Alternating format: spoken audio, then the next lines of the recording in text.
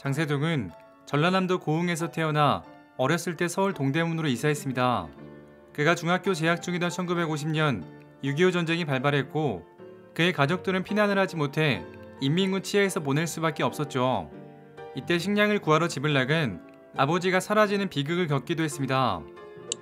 그리고 1956년 높은 경쟁률을 뚫고 육군 사관학교에 합격하며 군인의 길을 걷기 시작합니다. 육사 16기를 마친 후 전두환 정권의 상징인 하나회에 가입하면서 전두환과 연을 맺게 되었죠.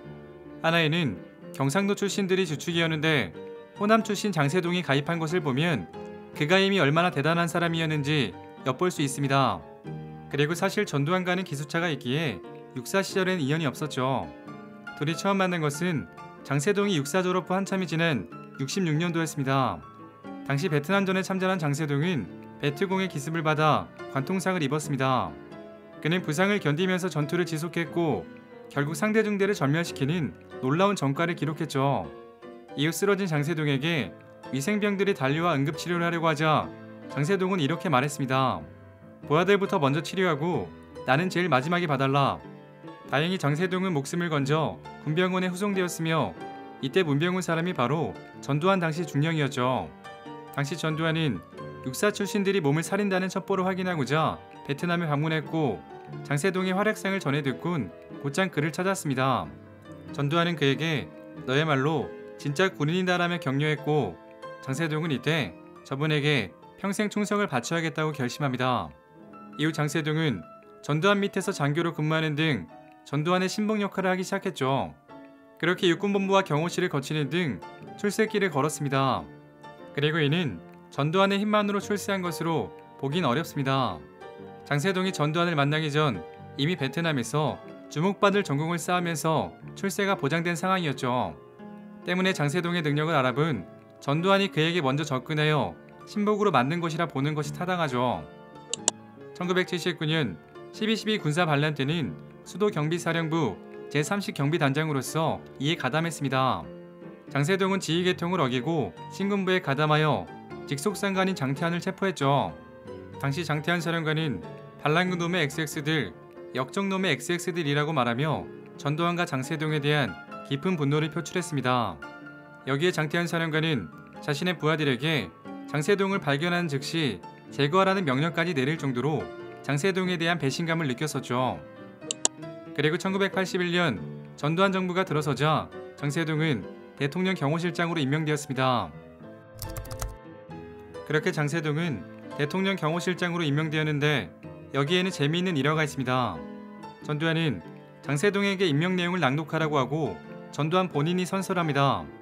이렇게 반대로 하는 이유에 대해 전두환은 이렇게 말했었죠. 나의 생명을 지켜주는 경호실장이니 내가 직접 경호실장에게 선서를 하고 싶었다. 이를 두고 당시 정가에서는 청와대의 실세였던 화합평가 허삼수를 견지하는 것이라고 해석하기도 했죠. 실제 이듬해 전두환은 경호실의 위상을 높여 장세동을 진급시키는 등 화합평가 허삼수를 압박하기도 했습니다. 그리고 장세동은 대통령 경호가 단순히 신변을 보호하는 게 아니라 대통령의 기분까지 편안하게 해야 한다는 이른바 심기경호를 펼친 것으로 유명하죠. 대통령의 마음이 편안해야 국정도 잘 되니 심기까지도 경호해야 한다.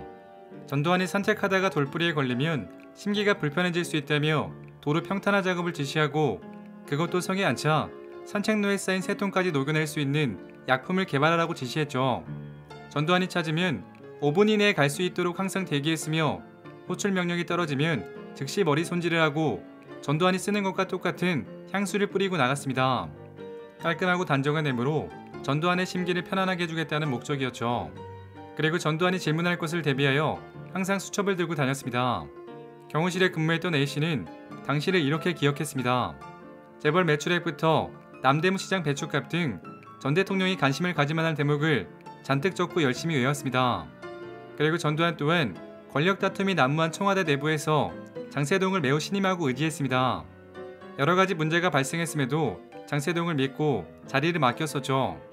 장세동은 봉황새 작전을 강행하여 국군장병의 목숨을 앗아가기도 했고 아웅산 폭탄 테러에 대한 책임을 져했음에도 불구하고 해임되지 않았습니다. 장세동은 아웅산 사건 이후 사표를 내기도 했지만 전두환이 이를 반려하였죠.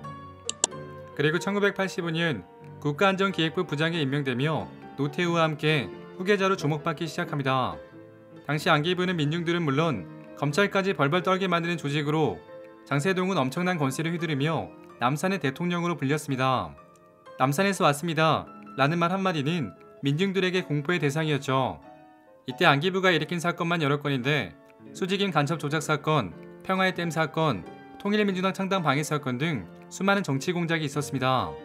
통일민주당 창당 방해 사건은 일명 용팔이 사건으로 조직폭력배들을 동원하여 이를 방해한 사건입니다.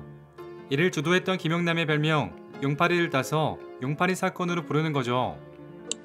그러다 1987년 박종철 사건으로 장세동은 안기부장에서 물러나게 됩니다. 노태우는 대통령에 취임하자 전두환계 인사들을 대대적으로 쳐내기 시작합니다. 이에 전두환은 대국민 사과문을 발표하고 백담사에 들어가기도 했죠. 백담사에서 전두환은 노태우에게 이렇게 이야기했다는 썰도 존재합니다. 노태우가 그런 식으로 나오면 아무리 대통령이지만 나한테 맞는다. 그리고 숙청의 대상은 장세동도 예외는 아니었고 그는 청문회에 불려나갔습니다. 청문회장에 나가서는 당당한 모습으로 일관하여 의리의 사나이, 의리의 돌쇠라는 별명이 붙기도 했죠. 내가 역사의 수레바퀴에 깔려 죽는 한이 있어도 각하가 구속되는 것을 막겠다. 사나이는 자신을 알아봐준 사람을 위해 죽는다. 장세동은 총 4번의 옥살이를 했는데 끝까지 전두환을 보호하는 의리를 보였습니다. 용팔이 사건 때에도 나 이외에는 더 이상의 배우는 없다고 강조했죠. 교도소에서 출소한 후에는 곧장 전두환을 찾아가 신고합니다 각하, 휴가 잘 다녀왔습니다 라고 말한 일화는 매우 유명하죠.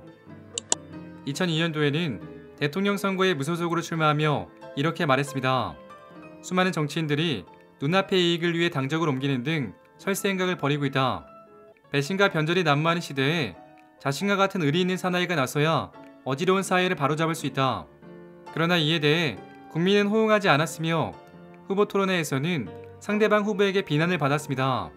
지난 79년 군사 쿠데타가 일어났는데 오늘 그 정권의 하수인과 같이 자리한 것이 안타깝고 참담한 심정이다. 여기에 전두환마저 지원하지 않자 결국 후보에서 사퇴했습니다. 이때 전두환은 장세동의 출마를 극구 반대했으나 기어코 출마했다고 하죠. 이에 대해 전두환은 이렇게 말했습니다. 세동이도 나이 먹으니 내 말을 안 듣더라. 그리고 12.12 군사반란을 일으킨 이들은 군인연금을 달라며 소송을 제기합니다. 여기에는 장세동, 허화평, 허삼수 등이 포함되어 있었는데 이들은 반란 모의 참여죄 등으로 유죄 판결이 확정된 후 연금이 끊긴 상황이었습니다. 이에 대해 재판부는 이를 각하하면서 굴욕을 맛보기도 했죠.